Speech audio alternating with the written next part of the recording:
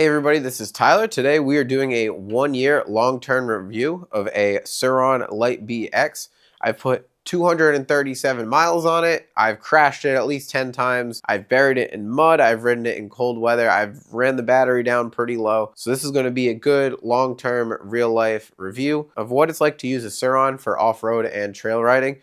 And stick around to the end of the video to see if I still think it's worth it and if I'd make the same decision to buy a Sur-Ron Light Bee after knowing what I know, owning it for a year.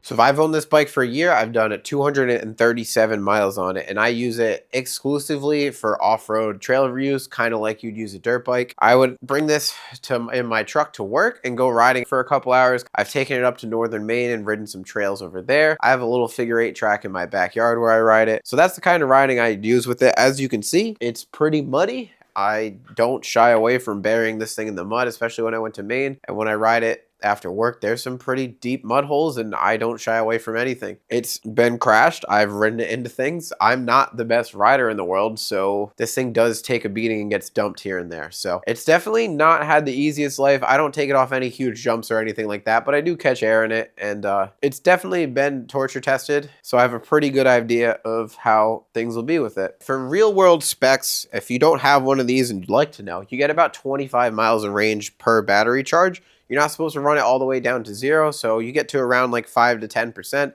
That's when you should stop riding, but you get about 25 miles of range as long as you're not riding like a maniac. That was kind of just mixed trail riding. I ended up getting 25 miles a few times. Top speed is about 45 miles an hour. It takes about 3 to 4 hours to charge the battery. It's not that long, especially with 2 batteries. I kind of just put one on the charger and then check it when it's done. It weighs about 125 pounds, which is nice because it's a heck of a lot lighter than a dirt bike and very easy for me to load and unload in my truck, especially when you take the battery out. The battery comes out in like 15 seconds. It's a super nice feature about these things that you can take the battery in and out quickly. For someone like me who has a second battery, all you do is take this battery out, pop a new one in, and you have another 25 miles of range, which is an awesome idea for anyone if they're looking to get a Sur-Ron. I ended up buying another stock battery off of some group on Facebook. Some guy was upgraded and was getting rid of his stock battery. I have a 2024, so the actual battery plug is odd compared to other years. 2023 and 2025 both have different battery plugs, so I kind of have an odd year, so it's hard to find a battery for it, but I was able to find one and I'm glad I did. A quick walkthrough of some minor mods. I haven't done anything crazy. It's really just minor things. The first thing you can probably see here is I have these Amazon hand grips. They're literally the cheapest ones on Amazon. The whole point of me putting them on there is so when I actually put this in the back of my truck with the cap, so I just put it on its side and slide it into the truck. That's why I have those. I have the Sur-Ron quad lock fork mount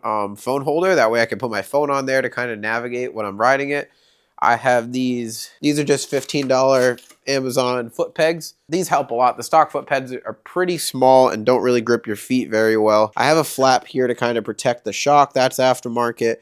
And then probably the biggest thing I did is I put a 54 tooth sprocket on here to kind of change the ratios. It kind of picks up the acceleration. You lose a little bit of top end. You gain a little bit more acceleration, and then you have to get a different chain when you do that. And then I got different brake pads too. And I have a second battery. It's just a stock battery. So I haven't really done any major performance changing modifications on this. And that's because out of the box, these things have plenty of performance for what I do. You can make it faster. You can make it have longer range, but then you get into buying new batteries and controllers and motors and things like that. And new batteries are ridiculously expensive, especially the aftermarket ones. The controllers aren't terribly overpriced, but the batteries are ridiculously expensive. So yeah, that's just a quick rundown of the small mods that I've done. Nothing crazy. It's just minor things. So that 25 miles of range, obviously that's the main limitation of electric bikes. If you want, you can spend $1,500 on a bigger battery and probably double, maybe even triple that range.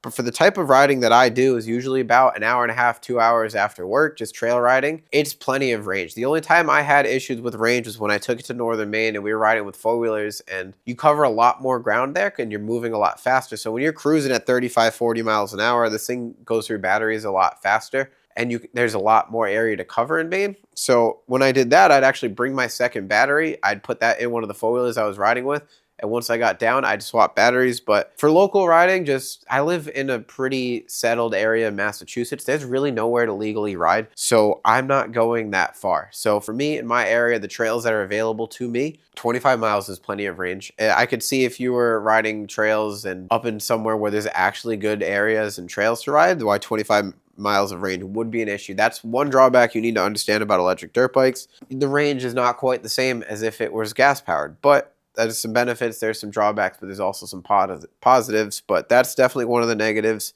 depending on the type of riding that you do. For 80% of the riding that I do, I have no need for more than 25 miles, so this works great for me. As far as issues that I've had with this bike over the year of riding it, I haven't had any, really. Nothing's come loose, nothing really bad has happened. I've never had any issues with it. I just turn the key and it turns on and it goes. There's no issues with it.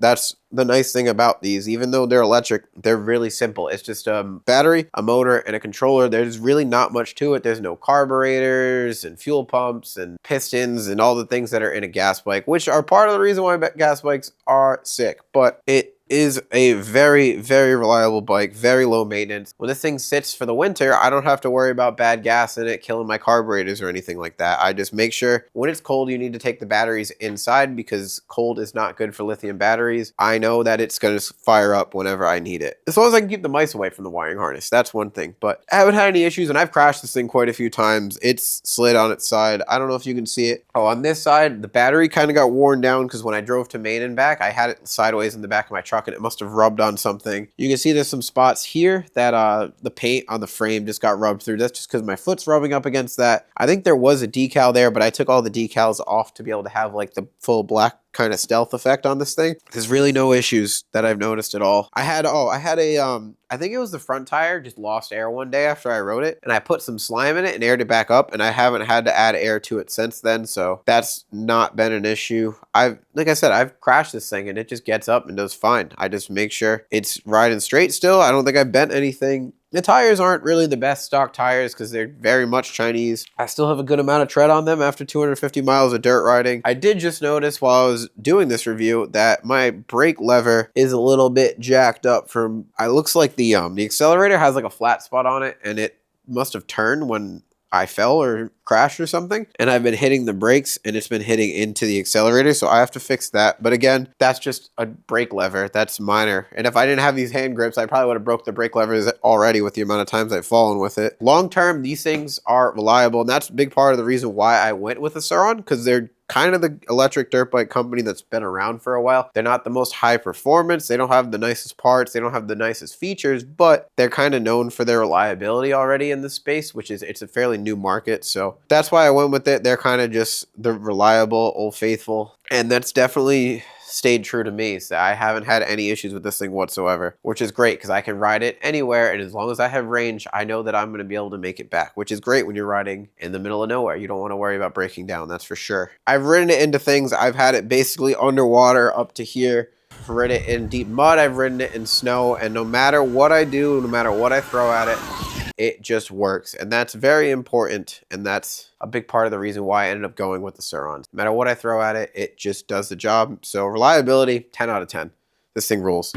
I thought electric dirt bikes were kind of whack because I used to ride regular dirt bikes. So what made me actually end up purchasing a Sur-Ron versus a normal dirt bike, as someone who's had normal dirt bikes, is that the areas where I ride, you don't really have enough space to really get into like a full-size dirt bike. But my CRF 125 actually got stolen out of my shed. I didn't have anything to ride and I have a track in my backyard. So I wanted to get something else that I could ride, especially around here. And I also wanted something, because at that time, I was just worried about things getting stolen. It sucks to have a dirt bike worth a couple $1,000s just taken and you have nothing to show for it. I looked into electric dirt bikes and did my research and figured out that they're actually pretty cool. And for the type of riding I do, it really makes sense. I ended up buying one of these because I figured I could keep it in my basement. And if it's in my basement, no one's really going to steal it. And if they steal it, then I don't know. If someone's in my basement, we're going to have more problems than them stealing my dirt bike. But so I ended up buying an electric dirt bike because you can't keep a dirt bike with gas and stuff in your basement, or at least you shouldn't. Some people probably do. Figured I'd get this. That way I could kind of keep it in my basement and keep it more secure. And that's what ultimately started the idea of me buying an electric dirt bike, but I didn't think I'd like it as much as I actually do. The suspension is better than either of the dirt bikes I had. Granted, CRF 125 is built for somebody smaller than me, but even my CRF 230, I think the suspension on this thing is really nice, and this is stock. There's upgrades and you can put much nicer suspension on this, but for me,